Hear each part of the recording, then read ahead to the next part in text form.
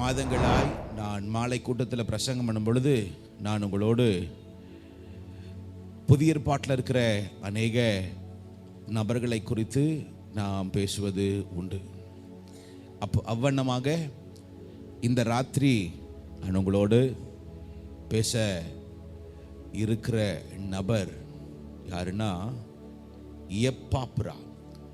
ஒருவர் என்னோடு சேர்ந்து ஒரு வேத பகுதியை படிக்கும்படி கேட்டுக்கொள்கிறேன். கொலோசியரின் புத்தகம் 4ஆம் அதிகாரம் 12வது வசனத்தை ஒருவர் படிக்கும்படி நான் கேட்டுக்கொள்கிறேன். மைக்கில் படிக்கும்படி கேட்டுக்கொள்கிறேன். எப்பாப்ராவும் உங்களுக்கு வாழ்த்துதல் சொல்லுகிறான். உங்களுக்கு வாழ்த்துதல் சொல்லுகிறான். உங்களை சேர்ந்தவனும் கிறிஸ்துவின் ஊழியக்காரனுமாகிய இவன் நீங்கள் தேவனுக்கு சித்தமானவைகளை எல்லாவற்றிலும் தேறினவர்களாயும் பூரண நிச்சயம் உள்ளவர்களாயும் நிலைநிற்க வேண்டும் என்று தன் ஜெபங்களில் உங்களுக்காக எப்பொழுதும் போராடுகிறான். இந்த ராத்திரி நேரத்தில் உங்கள் மத்தியில் எப்பாப்ரா என்கிற நபரை குறித்து நான் பேசும்படி விரும்புகிறேன். அநேகருக்கு ஆபிரகாம் தெரியும், மோசே பற்றி தெரியும், அநேகருக்கு தாவீதை பற்றி தெரியும். ஆனால் இப்படிப்பட்ட மறைமுகமான நபர்களாகி எப்பாப்ரா என்று சொல்லப்படுகிற இப்படிப்பட்டவர்களை பற்றி அநேகருக்கு தெரியாது. ஏனால் இவங்கெல்லாம் மறைமுகமாய் கர்த்தருக்காய் பெரிய காரியத்தை செய்திருக்கிறார்கள். தேவனுக்காய் பெரிய காரியத்தை செய்யும்படியாய் தான் தேவன் இந்த உலகத்தில் கர்த்தர் உங்களையும் என்னையும் அவர் வைத்திருக்கிறார். பெரிய காரியத்தை நாம் செய்ய வேண்டும் என்றால் நாம் பெரிய நபராய் இருக்கணும் என்பது அவசியம் அல்ல. ஆனால் பெரிய காரியத்தை செய்ய வேண்டும் என்றால் நமக்கு தேவ சமூகத்தில் தேவனோடு ஒரு உன்னதமான உறவு இருந்தால் மாத்திரமே தேவனுக்காக பெரிய காரியம் செய்ய முடியும். ஒரு செப்பல் தைக்கிற ஒரு ஆள் ஒருவர் இருந்தார். அவருடைய பெயர் வில்லியம் கேரி. அதிகமாய் படிக்கவில்லை, அதிகமாய் அவருக்கு பெரிய பெயர் பிரஸ்தாபம் இல்லை, ஒரு பெரிய நல்ல குடும்பமும் இல்லை. ஒரு சாதாரண செப்பல் தைக்கிற ஆள், ஷூவை தைக்கிற ஆள். ஆனால் ஆண்டவர் இருதயத்தில் ஒரு காரியத்தை போட்டார். நீ இந்திய தேசத்திற்கு போகி நீ அங்க இருக்கிற ஜனங்களுக்கு கர்த்தருடைய சுவிசேஷத்தை சொல்லணும். இந்த வில்லியம் கேரி இந்திய தேசத்திற்கு வந்து இன்னைக்கு இந்தியாவில் அநேக ஜனங்களுடைய கைகளில் வேதாகமம் இருக்கிறது என்றால் அதற்கு மூல காரணமாய் இருந்தது இந்த வில்லியம் கேரி அவர்கள். ஒரு செப்பல் தைக்கிற ஆளாய் இருந்த வில்லியம் கேரி சொன்ன வார்த்தை, attempt great things for God and you will see great things for God. தேவனுக்காய் பெரிய காரியங்களை நீ செய், தேவன் உனக்காக பெரிய காரியங்களை அவர் செய்வார். சத்தமா சொல்லுங்க பார்க்கலாம். தேவனுக்காக பெரிய காரியங்களை செய், தேவன் உனக்காக பெரிய காரியங்களை, சத்தத்தை உயர்த்தி சொல்லுங்க பார்க்கலாம் இன்னொரு முறை, தேவனுக்காக பெரிய காரியங்களை செய், தேவன் உனக்காக பெரிய காரியங்களை செய்வார். அவ்வனமாக இந்த இப்படிப்பட்ட நபர்கள் மறைமுகமாக இருந்த நபர்களில் ஒருவர் எப்பாப்ரா. யார் இந்த எப்பாப்ரா? ஏன் இவருடைய பெயர் இப்படி எழுதியிருக்கிறது?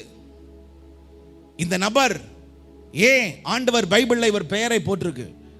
பைபிள்ல மூன்று இடத்துல மட்டும்தான் இந்த பெயர் எப்பாப்ரா என்கிற பெயர் வரும்.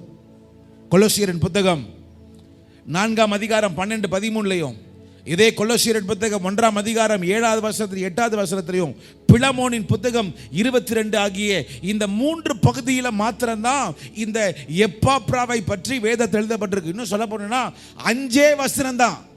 யாரை பத்தி? எப்பாப்ராவை பற்றி 5 வசனம் தான். இந்த 5 வசனத்துல தேவன் ஒரு பெரிய காரியத்தை நமக்கு அவர் சொல்லும்படி விரும்புகிறார். இந்த எப்பாப்ரா ஏன் இவருடைய பெயர் எழுதியிருக்குன்னா, ஒரு நாள் நம்ம எல்லாருக்குமே தெரியும், அப்போஸ்தலனாகிய பவுல், இந்த சில காரியங்கள் நான் சொல்லுகிறத மாத்திரம் நீங்க மறந்துடவே கூடாது, சரியா?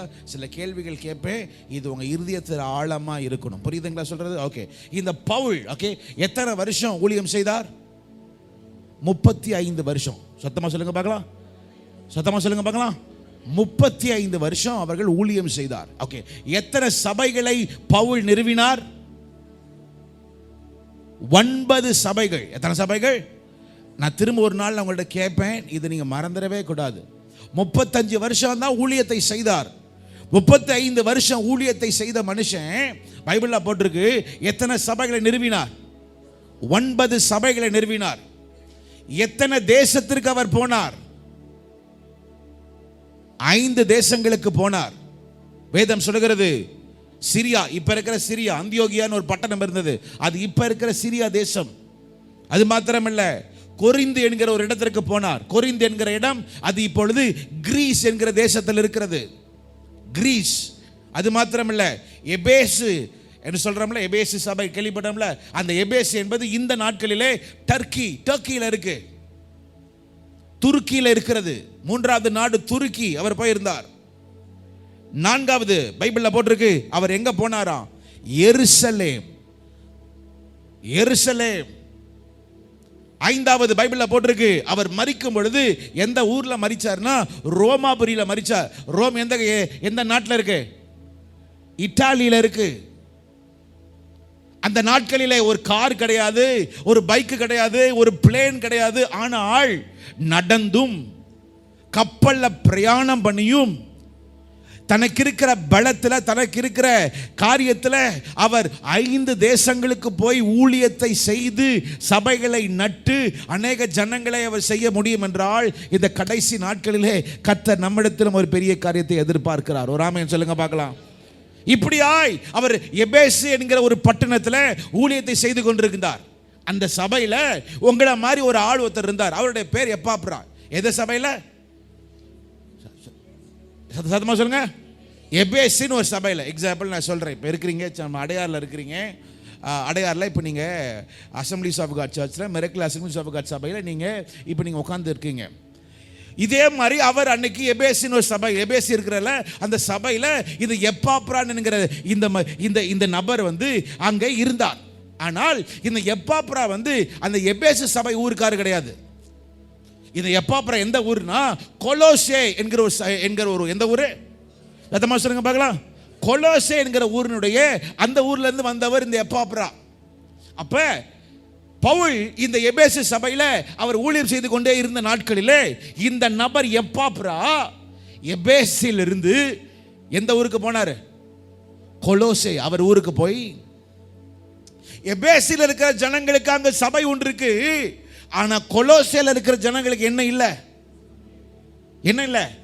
ஒரு சபை இல்லைன்னு சொல்லி இந்த எப்பாப்ரா அந்த கொலோசே என்கிற பட்டணத்தில் போய் ஒரு சபையை அவர் நிறுவினார். ஏன் நிறுவினார்னா அந்த ஊர்ல என்ன இல்லை? சபை இல்லை. அந்த ஊர்ல சபை இல்லை. சபையை நிறுவினார். யாருமே அவர்கிட்ட சொல்லல, எப்பா நீ சபை செய்ப்பா, நீ செய்ப்பா யாரும் சொல்லல. ஆனால் அவர் அங்கே போய் சபையை அவர் நிறுவினார். இப்ப படிங்க பார்க்கலாம். முதலாவது காரியம் கொலோசியரின் புத்தகம் 1ஆம் அதிகாரம் 7வது வசனத்தை படிக்கும்படி கேட்டுக்கொள்கிறேன். அதை எங்களுக்கு பிரியமான உடன் வேலையாலும் உங்களுக்காக கிறிஸ்துவின் உண்மையான ஊழியக்காரனுமாய் இருக்கிற எப்பாப்ராவின் இடத்தில் நீங்கள் கற்று தெரிந்திருக்கிறீர்கள். ஓகே, முதலாவது இந்த எப்பாப்ரா எந்த ஊர்ல இருந்தாரு? சத்தமா சொல்ல, எந்த ஊர்ல? கொலோசியர். இன்னொன்று சொல்ல போறோம்னு வச்சுக்கோங்களேன், செங்கல்பட்டு வச்சுக்கலாமா? ஓகேவா? அவர் எந்த ஊருக்காரு? செங்கல்பட்டுக்காரு. சென்னையில் நம்ம அடையாறில் வந்து ஒரு பிரசங்கத்தெல்லாம் கேட்டுட்டு திரும்ப அவர் ஊருக்கு போயிருக்காரு. எங்கள் ஊருக்கு போயிருக்காரு? செங்கல்பட்டில் போயிட்டு அங்கே போய் என்ன பண்ணியிருக்காரு? அதே மாதிரி தான் கொலோசை அந்த ஊரில் போய் தன்னுடைய ஊழியத்தை ஆரம்பிக்கிறார். யாரும் அவர்கிட்ட சொல்லலை. ஆனால் பவுல் இவர் ஊழியத்தை பற்றி எழுதும் பொழுது சொல்லுகிறார், முதலாவது சொல்லுகிறார் கிறிஸ்துவின் உண்மையான ஊழியக்காரன். எழுதிங்க, முதலாவது கிறிஸ்துவின் உண்மையான, சத்தமா சொல்லுங்க பாக்க, கிறிஸ்துவின் உண்மையான ஊழியக்காரர். அவர் கிறிஸ்துவின் உண்மையான ஊழியக்காரர். ஏன் கிறிஸ்துவின் உண்மையான ஊழியக்காரர் ஏன் எழுதியிருக்கு? எத்தனையோ ஊழியக்காரங்க இருக்கிறாங்க. அவர் கிறிஸ்துவின் ஊழியக்காரர் எழுதல. ஆனால் வேதம் சொல்லப்பட்டிருக்கிறது உண்மையான ஊழியக்காரர். சொல்லுங்க பார்க்கலாம், எப்படிப்பட்ட ஊழியக்காரர்? உண்மையான ஊழியக்காரர். ஏன் உண்மையான ஊழியக்காரர்னா, ஏன் இந்த வார்த்தை உண்மைன்னு போட்டிருக்கு தெரியுமா? அநேக ஊழியக்காரங்க பிரசங்கம் பண்ணுவாங்க. என்ன பிரசங்கம் பண்ணுவாங்க தெரியுமா? ஆண்டவர் உன்னை ஆசீர்வதிப்பார், ஆண்டவர் உன்னை ஆசீர்வதிப்பார். நீ ஆயிரங்களாய் பெருகுவாய். நீ லட்சங்களா கர்த்தர் உனக்கு கொடுப்பார். நீ கவலையே படாத. நீ ராத்திரி தூங்கிட்டு இருக்கிற நேரம் அப்படியே வானம் ரெண்டா பிளந்து அப்படியே தேவதூதன் கீழே இறங்கி நீ இருக்கிற இடத்துக்கு வந்து உன்னை ஆசீர்வதிப்பார். நீ ஒண்ணுமே பண்ணாத, அப்படியே நீ சும்மாவே இரு. ஆனா உனக்காக ஆண்டு வருவார். இப்படிலாம் சொல்லி அநேக ஊழியக்காரங்க ஏமாத்துவாங்க. ஆனா இந்த எப்பாப்ரா பற்றி எழுதும்போது சொல்லுகிறார், இந்த எப்பாப்ரா இப்படிப்பட்டவர் அல்ல. ஏன் ஒரு உண்மையுள்ள ஊழியக்காரன் எழுதியிருக்குன்னா, அதே அதிகாரம், அதே தெசலோனிக்கர், அதே கொலோசியரின் புத்தகம் 1ஆம் அதிகாரத்தில் முந்தின வசனத்தை படிக்கும்படி கேட்டுக்கொள்கிறேன். முந்தின வசனம், அந்த நம்பிக்கை குறித்து நீங்கள் முன்னமே சத்திய வசனமாகிய சுவிசேஷத்தினாலே கேள்விப்பட்டீர்கள். அப்ப இந்த ஊருக்கு அவர் போன பொழுது அவர் எதை பேசியிருக்கிறார்? சுவிசேஷத்தை பேசியிருக்கிறாரு. சத்திய வசனங்களை ஜனங்களுக்கு கரெக்டா போதிச்சிருக்கிறார். கரெக்டா போதிச்சிருக்கிறார். அதே தேவன் தான் உங்களுக்கு சொல்லுகிறார், நீ வெளியரங்கமாய் உருவாகுவதற்காக கர்த்தர் உன்னை வைக்கல. உன்னை உருவாகணும்னா நீ மறைச்சிருந்து உருவாக்கணும். போன வாரம் என்னோட ஆண்டவர் ஒரு வார்த்தை பேசினார். என்ன தெரியுமா பேசினாரு? உன்னதமானவருடைய மறைவில் இருக்கிறவன். நீ உன்னதமானவருடைய மறைவில் இருக்கும் பொழுது அவர் நிழல்லே நீ போயிட்டு இருப்ப. அப்படின்னா அர்த்தம் என்ன? அவர் எங்க போறாரோ அதிலே போயிட்டு இருப்ப. உன்னதமானவர் எந்த நிழல்ல போயிட்டு இருக்கிற? சில பேர் ஆமனுக்கு செடியின் நிழல். அப்படின்னா என்னது? காலையில ராத்திரி போடிரும். சில பேர் ஆமனுக்கு செடியின் நிழல்ல இருப்பீங்க. இல்ல,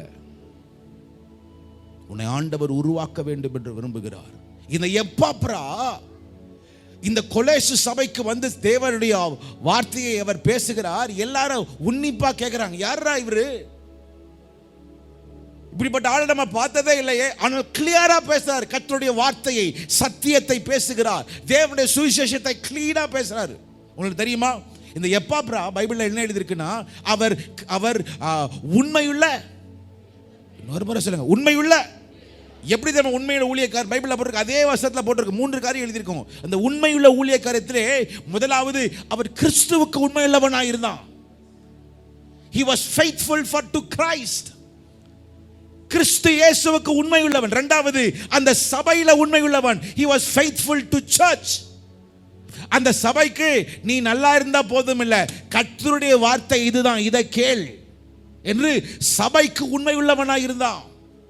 மூன்றாவது, தன்னை உருவாக்கின ஒரு ஆள் இருந்தார். யாரு? பவுல். பவுலுக்கு உண்மையுள்ளவனாய் இருந்தான். பைபிள் ஆண்டவர் நமக்கு கொடுத்திருக்கிற 2 பரிசு. முதலாவது பரிசு என்ன பரிசு தெரியுமா? நமக்கு எந்த பரிசு தெரியுமா? தேவன் நமக்கு கொடுத்திருக்கிற பரிசு முதலாவது என்னன்னா சால்வேஷன், ரட்சிப்பு என்கிற பரிசு. இரண்டாவது ஆண்டவர் ஒரு பரிசை கொடுத்திருக்கிறார். எந்த பரிசு தெரியுமா? சபை. மூன்றாவது ஒரு பரிசை கொடுத்திருக்க என்ன தெரியுமா? நீ கர்த்தருக்காக ஊழியம் செய்யணும். கர்த்தருக்காக ஊழியம் செய்யணும். இது எப்பாப்ரா 3 காரியத்துல உண்மை உள்ளவன். முதலாவது யாருக்கு உண்மை உள்ளவனா இருந்தான்? இயேசுவுக்கு உண்மை உள்ளவன். He was faithful to Christ. இரண்டாவது, அவன் யாருக்கு உண்மை உள்ளவனா இருந்தான்? சபைக்கு உண்மை உள்ளவனா இருந்தான். மூன்றாவது யாருக்கு உண்மை உள்ளவனா இருந்தான்? தன் நடத்தின போதகருக்கு. நடத்தின போதகருக்கு. ஏதோ கர்த்தர் கிருபை, ஏதோ கர்த்தர் கிருபை. ஒவ்வொரு வாரமும் நீங்க ஞாயிற்றுக்கிழமை நீங்க உட்கார்ந்துருக்கிறீங்க. எனக்கு தெரிஞ்ச அளவுக்கு உங்க பேரெல்லாம் சொல்லி நான் ஒவ்வொரு வாரமும் நான் ஜெபம் பண்றேன். ஒவ்வொரு வாரமும் ஜெபம் பண்றேன். உங்களை பிசாசு வஞ்சித்திடக்கூடாது. உண்மை, இன்னொரு மாதிரி சொல்லுங்க பார்க்கலாம். உண்மை என்கிற வார்த்தை எப்ப தெரியுமா வரும்? எல்லாம் இருக்கும் போது இல்லை. உண்மை என்கிற வார்த்தை எப்ப தெரியுமா வரும்? ஒன்றும் இல்லாத நேரத்தில் தான் உண்மை. கொஞ்சமா இருக்கிற நேரத்தில் தான் உண்மை. இந்த எப்பாப்ரா உண்மையுள்ள ஊழியக்காரன் ஏந்திரம் எழுதியிருக்கு. அவன் கையில ஒண்ணுமே இல்லை. அவனிடத்துல யாருமே சொல்லல, தம்பி நீ போய் எங்க ஊழியத்தை ஆரம்பி, கொலேசில போய் ஊழியத்தை ஆரம்பி, நீ யாருமே சொல்லல. அவனா வாலண்டியரா போய் ஒரு கொலேசி, இந்த இடத்துல சபையே இல்லை, இது ஒரு சின்ன இடமா இருந்தாலும் பரவாயில்ல, இந்த இடத்துல நான் சபையை ஆரம்பிக்கணும்னு சொல்லி அவனா முன் வந்து தனக்கு இருக்கிற திராணியில, தனக்கு இருக்கிற கொஞ்சம் பலத்துல, தனக்கு இருக்கிற பலத்துல போய் ஊழியத்தை அவர் ஆரம்பிக்கிறார்.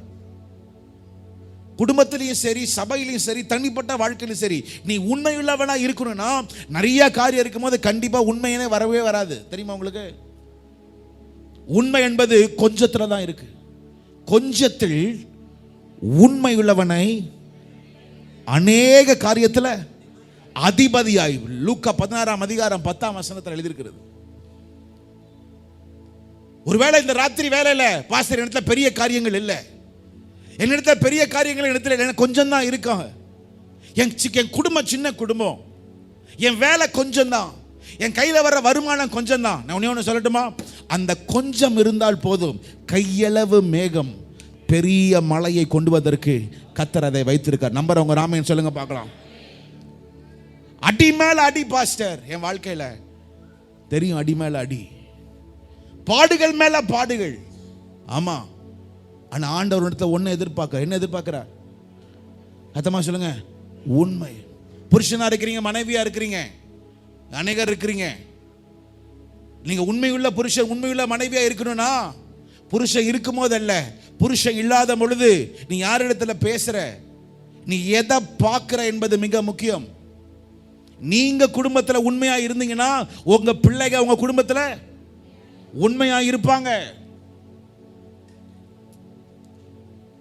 முதலாவது சொல்லுகிறார், பவுல் சொல்லுகிறார், யார் இந்த எப்பாப்ரா? இவன் உண்மையுள்ள ஊழியக்காரன். கையை உயர்த்தி சொல்லுங்க பார்க்கலாம், ஆண்டவரே என்னை நீங்க உண்மையுள்ளவனாய் நீங்க பாருங்க, என்னை நீங்க உண்மையுள்ளவனாய் நீங்க கையை உயர்த்தி ஜெபம் பண்ணுங்க பார்க்கலாம். கையை உயர்த்தி ஜெபம் பண்ணுங்க. ஆண்டவரே நான் உண்மையுள்ளவனாய் என் குடும்பத்தில், சத்தத்தை உயர்த்தி சொல்லுங்க, என் குடும்பத்தில் நான் உண்மை உள்ளவனாய் நான் இருக்கணும். ஆண்டவரே கர்த்தாவே என் வேலையில் நான் உண்மை உள்ளவனாய் நான் கொடுக்கணும். எனக்கு கொடுத்திருக்கிற சம்பாத்தியத்தில் நான் உண்மை உள்ளவனாய் நான் இருக்கணும். எனக்கு கொடுத்திருக்கிற தாளந்துகளில் நான் உண்மை உள்ளவனாய் நான் இருக்கணும். மனுஷன் பாராட்டுறதுக்காக நான் போகக்கூடாது, தேவன் என்னை அங்கீகரிப்பதற்காக நான் ஓடணும். முதலாவது உண்மையுள்ள ஊழியக்காரன். இரண்டாவது எனக்கு ரொம்ப பிடிச்சமானது, கொலோசியரின் புத்தகம் 4ஆம் அதிகாரம் 12வது வசனத்தை படிக்கும்படி கேட்டுக்கொள்கிறேன். எப்பாப்ராவும் உங்களுக்கு வாழ்த்துதல் சொல்லுகிறான். உங்களுக்கு வாழ்த்துதல் சொல்லுகிறான். உங்களை சேர்ந்தவனும் கிறிஸ்துவின் ஊழியக்காரனுமாகிய இவன் நீங்கள் தேவனுக்கு சித்தமானவைகளை எல்லாவற்றிலையும் தேறினவர்களாயும் பூரண நிச்சயம் உள்ளவர்களாயும் நிலை நிற்க வேண்டும் என்று தன் ஜெபங்களில் உங்களுக்காக எப்பொழுதும் போராடுகிறார். இரண்டாவது சத்தமா சொல்லுங்க பார்க்கலாம், தன் ஜெபங்களில் உங்களுக்காக எப்பொழுதும் போராடுகிறார். இன்னொரு முறை சொல்லுங்க பார்க்கலாம், இன்னொரு முறை சொல்லுங்க பார்க்கலாம், தன் ஜெபத்திலே உங்களுக்காக எப்பொழுதும் போராடுகிறான். இரண்டாவது யார்? இந்த எப்பாப்ரா ஜெபிக்கிற மனுஷனா இருந்தான். a man of prayer. A man of prayer. Bible அநேக ஜெபங்களை நாம் பார்க்க முடியும். வேதம் சொல்லுகிறது மோசே அவர் 40 நாட்கள் மலைக்கு மேலே சென்று ராத்திரி பகலாக தேவனுடைய முகத்தை நோக்கி பார்த்து அந்த 40 நாட்கள் முடிந்து வரும் பொழுது தன் கையில் என்ன எடுத்திருந்தாரு? கற்பலகைகளை எடுத்துக்கொண்டு வருகிறார். 40 நாட்கள் மோசே மலையின் மேல் அவர் ஜெபித்தார். வேதம் சொல்லுகிறது ஆண்டவராகிய இயேசு கிறிஸ்து முழுவதும் ஒரு நாள் ராத்திரி முழுவதும் ஜெபம் பண்ணுகிறார். எதற்காக ஜெபம் பண்றார்? அடுத்த நாள் காலையில தன்னோடு அநேகர் வந்து கொண்டிருக்கிறாங்க. ஆனா இதுல 12 பேர் கர்த்தருடைய ஊழியத்தை அவர்கள் செய்ய வேண்டும் என்று அவர்களை சூஸ் பண்றதற்கு, அவர்களை தேர்ந்தெடுப்பதற்கு இரவும் முழுவதும் இயேசு கிறிஸ்து என்ன பண்ணுகிறார்? ஜெபம் பண்ணுகிறார். ஒரு நாள் அரசாங்கத்திலிருந்து ஒன்று வருகிறது, எல்லா யூதர்களையும் கொல்ல போகிறோம் என்று. அந்த நேரத்தில் பைபிள்ல போட்டிருக்கு, ஒரு பெண் எஸ்தர் 3 நாட்கள் புசியாமலும் குடியாமலும் அவளோ அரண்மனையில உட்கார்ந்து, எங்க உட்கார்ந்து? அரண்மனையில உட்கார்ந்து அவளோ ஜெபிக்கிறாள். கர்த்தர் பைபிள்ல போட்டிருக்கு, கர்த்தர் அந்த 3 நாட்கள் உபவாசம் பண்ணி ஜெபித்ததுனால கர்த்தர் காரியங்களை மாறுதலாய் முடித்தார். பைபிள்ல போட்டிருக்கு, ஆண்டவராக இயேசு கிறிஸ்து அவர் ஞானஸ்தானம் பெற்ற உடனே அவரோ 40 நாட்கள் வனாந்திரத்தில் போய் உபவாசம் பண்ணி என்ன பண்ணார்? சத்தமா சொல்லுங்க, என்ன பண்ணார்? அவர் ஜெபம் பண்ணினார். அவர் ஜெபம் பண்ணினார். பைபிள்ல போட்டிருக்கு, யாக்கோபு ரா முழுவதும் அவன் யாப்போக்கு நதிக்கரையில உட்கார்ந்து கொண்டு அவனோ ராத்திரியில அவன் ஜெபித்துக் கொண்டிருக்க. வேதம் சொல்லுகிறது, அவன் தேவனோடு போராடினபடினால் தேவன் அவருடைய தொடையை தொட்டார்.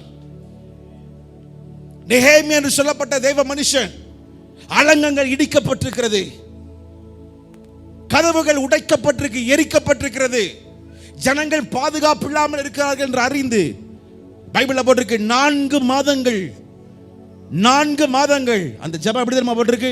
அழுது புலம்பி, அடுத்தது சாக்லாத், அவன் சணல் துணியை தன் மேல போட்டுக்கொண்டு அவன் உபவாசித்து எத்தனை மாசம் ஜெபம் பண்ணார்னா 4 மாசங்கள் ஜெபித்தார். இப்படிப்பட்ட ஜெபங்களை எல்லாம் யார் கேட்டிருக்கா? இந்த எப்பாப்ரா அவர் படிச்சு கேட்டிருக்கிறார். நீங்களும் கேட்டிருக்கீங்களா? கேட்டது இல்லையா? சொல்லுங்க, கேட்டிருக்கீங்க. ஆனா உங்களுக்கு அவர்களை வித்தியாசம் என்ன தெரியுமா? நாம கேட்போம், கை தட்டுவோம், அல்லேலூயா என்று சொல்லுவோம், திரும்ப வீட்டுக்கு போயிடுவோம், திரும்ப என்னைக்காவது ஒரு நாள் பிரசங்க கேட்டுட்டு நம்ம போவோம். ஆனா எப்பாப்ரா இப்படி ஜெபிக்கிறார்களே, இவர்கள் இப்படி ஜெபித்து இப்படி காரியங்களை மாய்த்தார்கள் என்று தன் வாழ்க்கையில உணர்ந்து பைபிள்ல போட்டிருக்கு, தன் ஜெபத்துல, அதமா சொல்லுங்க, இந்த ஜெபத்துல அப்ப அவருக்கு என்ன பிரேயர் இருந்துச்சு? சொல்லுங்க சொல்லுங்க. தண்ணி ஜெபம். லீடரா இருக்கிறீங்க, சபையில் ஒரு பெரிய பொறுப்புல இருக்கிறீங்க, உங்க குடும்பத்தில் ஒரு பொறுப்புல இருக்கிறீங்க, வேலை வேலை வேலை வேலைன்னு ஓடிடாதீங்க. இந்த எப்பாப்ரா தேவனுடைய வார்த்தையை பிரசங்கிக்கிறார், தேவனுடைய சுவிசேஷத்தை சொல்லுகிறார், ஜனங்களை போய் சந்திக்கிறார். ஆனாலும் எப்பாப்ராக்கு ஒரு நேரம் இருந்தது. என்ன நேரம்? அதமா சொல்லுங்க. தண்ணி ஜெபம் ஜெபிக்கிற ஒரு நேரம் இருந்தது, ஒரு தனி ஜெபம். உங்க வாழ்க்கையில ஒரு ஜெப வாழ்க்கை. ஜெபம் என்பது கேட்பதல்ல, ஜெபம் என்பது செய்வது. Prayer is not thing that you learn, prayer is thing that you do in your life. கடைசியா எப்ப நீங்க உங்களுடைய முழங்கால தாழ்த்தி எப்ப கடைசியா நீங்க ஜெபம் பண்ணீங்க? யாருமே சொல்லாம எப்ப நீங்க ஜெபம் பண்ணீங்க? இப்ப எத்தனாவது மாசத்துக்கு வந்திருக்கோம்? சொல்லுங்க சொல்லுங்க. இந்த 10வது மாசத்துல தேவன் எதிர்பார்க்க என்ன எதிர்பார்க்கிறார்? சகரியாவின் புத்தகம் 8ஆம் அதிகாரம் 19வது வசனம். 4ஆம் மாதத்தின் உபவாசமும் 4ஆம் மாதத்தின் உபவாசமும் 5ஆம் மாதத்தின் உபவாசமும் 7ஆம் மாதத்தின் உபவாசமும் 10வது மாதத்தின் உபவாசமும். இருங்க, எத்தனாவது மாதத்தின் உபவாசம்? 10வது மாசம். இப்ப எத்தனாவது மாசத்துல இருக்கிறோம்? 10வது மாதம். இந்த மாசத்துல ஆண்டவர் ஒன்னு கேட்கிறார். என்ன எதிர்பார்க்கிறார்? நீ உபவாசம், நீ தனிப்பட்டு உபவாசம் பண்ண வேண்டிய ஒரு நேரம், ஒரு நாட்கள். இது 10வது மாதத்தின் உபவாசம். நீ இந்த 10வது மாதத்தின் உபவாசத்தை நீ செய்தால் என்ன நடக்கும்? படிங்க அடுத்தது. யூத வம்சத்தாருக்கு மகிழ்ச்சியாகவும் சந்தோஷமாகவும் நல்ல பண்டிகைகளாகவும் மாறி போகும். ஆகவே நல்லா புரிஞ்சுக்கங்க. உங்களிடத்தில் ஆண்டவர் ஒன்று என்ன கேட்கிறார்? என்ன ஜெபம் கேட்கிறாரு? சத்தமா சொல்லுங்க.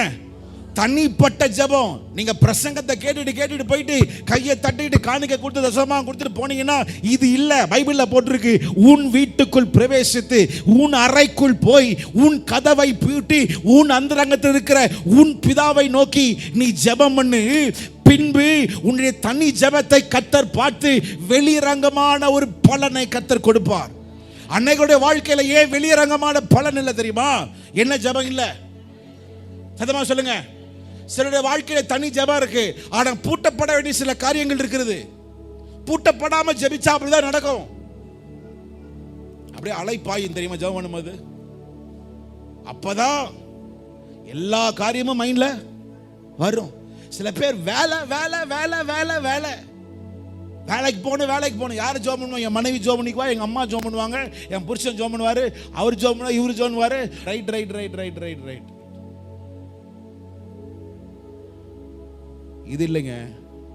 எப்பாப்ரா தன் ஜபங்கள். சத்தத்தை உயர்த்தி சொல்லுங்க. இந்த ஜபத்துல இருங்க. இன்னொரு முறை படிக்கலாமா? தன் ஜபத்துல தனக்காக ஜெபிக்கிறான் இல்ல, உங்களுக்காக எப்பொழுது போராடுகிறார். பார்க்கலாம். இன்னொரு முறை படிங்க பார்க்கலாம். எப்பாப்ராவும் உங்களுக்கு வாழ்த்துதல் சொல்லுகிறான்.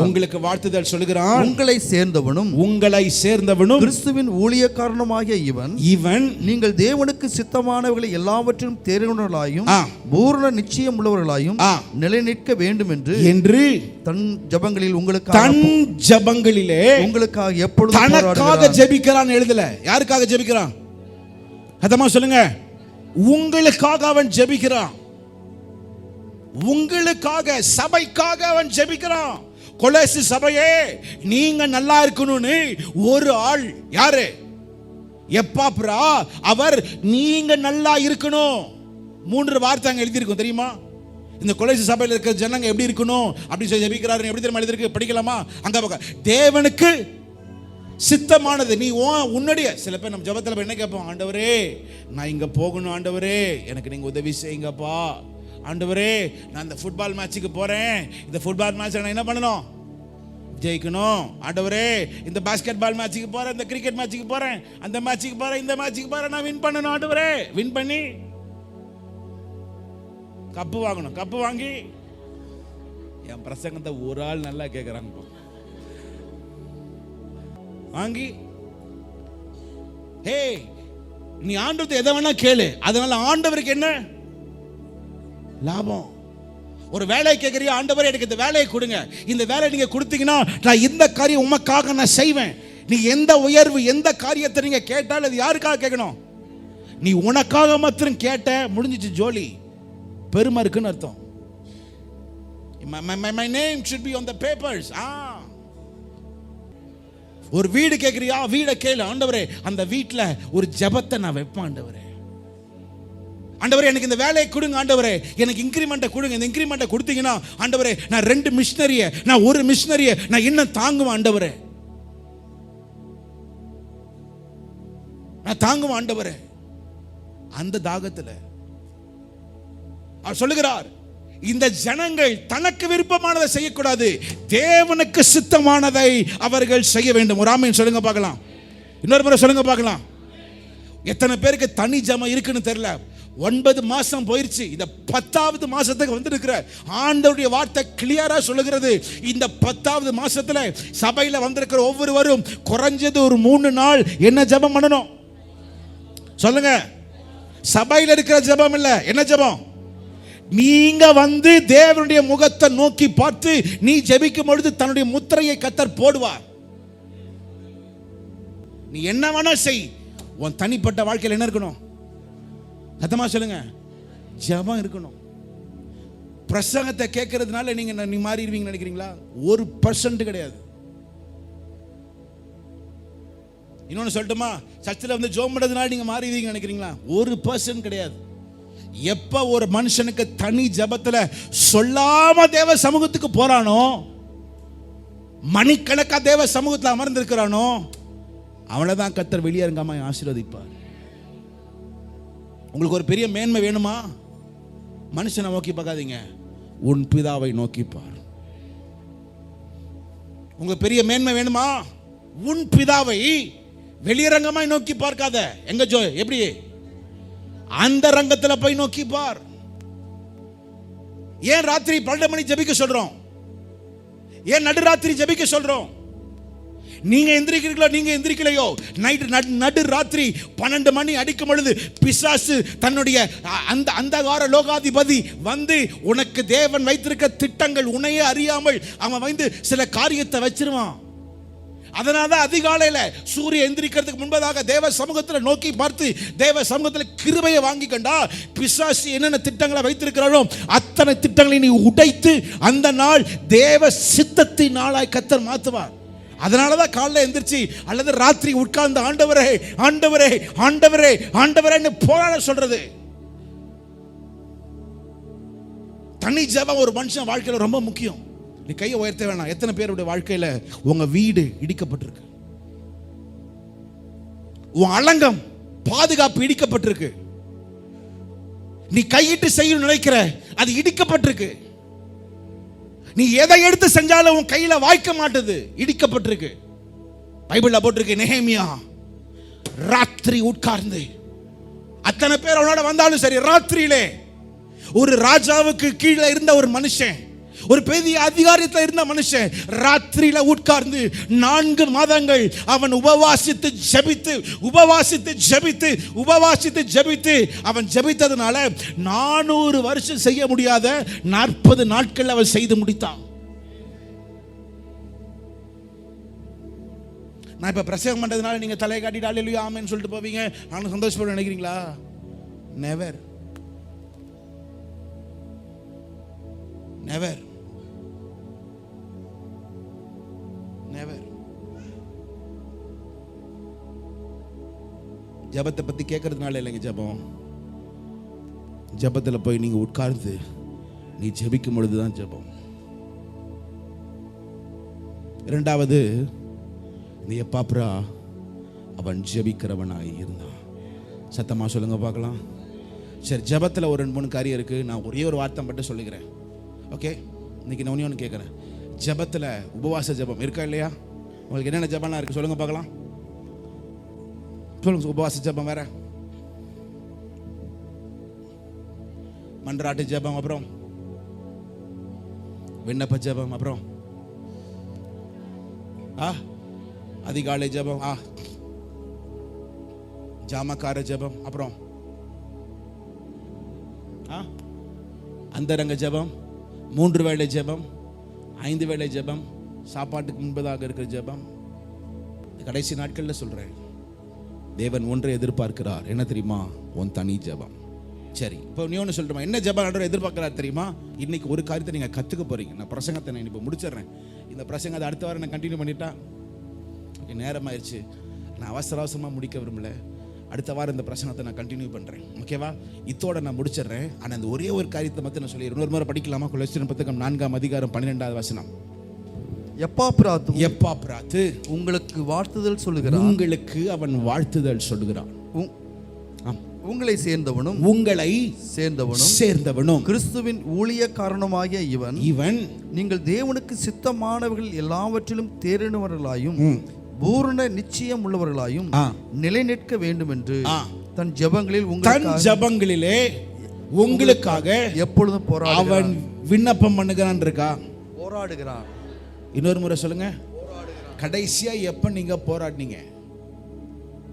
என் புருஷன்கிட்ட 2000 ரூபாய் கேட்டேன், அவர் தரல. நான் போராடி என்ன பண்ணிட்டேன்? நான் வாங்கிட்டேன். என் வீட்டில் நான் சிக்கன் குழம்பு சாப்பிட்டு ரொம்ப நாள் ஆச்சு. என் மனைவி கிட்ட சிக்கனே வாங்கி கொடுத்து இப்படி செய்யன்னு சொல்லி நான் போராடி என்ன சாப்பிட்டேன்? சிக்கனை சாப்பிட்டேன். எனக்கு ஒரு ஃபோன் வேணும். எங்கள் அப்பா அம்மா கிட்ட எப்படி வாங்கணும்னு எனக்கு தெரியும். அதுக்காக என்ன பண்ணேன்? வேற வழி இல்லாமல் தகப்பனாரும் தாயும் மனம் உகந்து இல்லை, மனம் இழந்து கசந்து என்ன வாங்கி கொடுத்தாங்க? ஃபோன். அன்னைக்கு ஒரு பையன் வந்து பைக்கு வாங்கிட்டான் பாஸ், எனக்காக ஜோம் பண்ணுங்க பாஸ். பார்த்தா பைக் இப்படி இருக்குது. 1 2 3. அவங்க அம்மாவும் இருக்கிறாங்க. டேய் ஏன்டா இந்த மாதிரி பைக் வாங்கினா? உங்க அம்மாவுக்கு எப்படி? அவங்க அம்மா அந்த மாதிரி நான் உட்காரவே மாட்டேன் பாஸ் தெரிஞ்ச பைக்கில். அவங்க அம்மா சொல்றாங்க, நான் இந்த பைக்கை வாங்காதரான்னு சொன்னேன். சும்மாருமா, இப்படிதான் என் ஃப்ரெண்ட்ஸ்லாம் வச்சிருக்கிறாங்க. எப்படி போராடி வாங்கணும்னு உனக்கு தெரியும். ஆனா ஆண்டவர் என்ன தெரியுமா சொல்றாரு? சில காரியம் உன் வாழ்க்கையில் இன்னும் கிடைக்காம இருக்கு.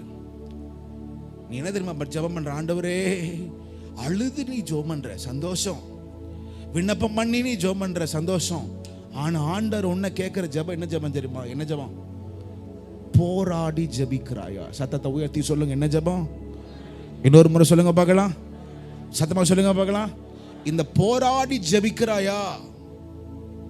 இந்த காரியம் கிடைக்கிற வரைக்கும் நான் உம்மை விட மாட்டேன்.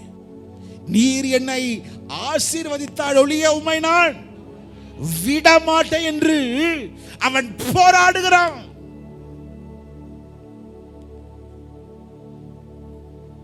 இன்னைக்கு சிலருடைய வாழ்க்கையில இந்த 10வது மாதத்துல உங்க போராட்டத்திற்கு கர்த்தர் ஒரு பதிலை கொடுக்கணும் விரும்புகிறார். ஆனா ஆண்டவர் இடத்துல கேட்கிறது என்ன தெரியுமா? ஒரு போராட்டத்தின் ஜெபம். விட்டுறாத. உன் சரீரம் போனாலும் பரவாயில்ல, உன் ஜெபத்தை விட்டுறாத. இன்னைக்கு காலையில் நான் சொன்னல, வேணாம் பிரசங்கம் இப்படி போனா வேற மாதிரி போயிடும். நீ ஜெபத்தை மாத்திரம் விட்டுறாத. ஜெபத்தை மாத்திரம் விட்டுறாத. ஒருவேளை உன் தூக்கத்தை இழக்க வேண்டியது வரும். ஒருவேளை உன் சாப்பாடு இழக்க வேண்டியது இருக்கும். என் மனைவி என்ன அடிக்கடி திட்டுற ஒரு காரியம் என்ன தெரியுமா?